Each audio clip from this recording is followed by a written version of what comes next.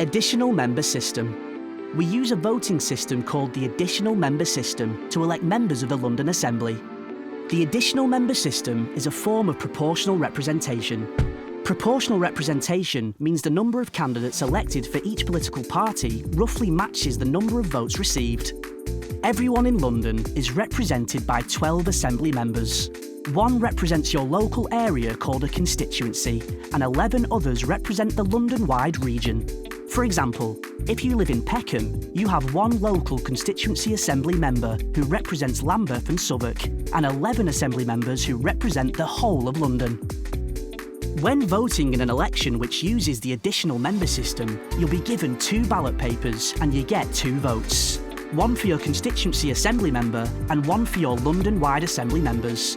Make sure you read the instructions on your ballot papers and ask the team at the polling station if you need help. To vote for your constituency Assembly member, simply mark an X in the box next to their name on the constituency ballot paper. When the votes are counted, the candidate with the most votes is elected as your representative. Find out more at electoralcommission.org.uk/learning.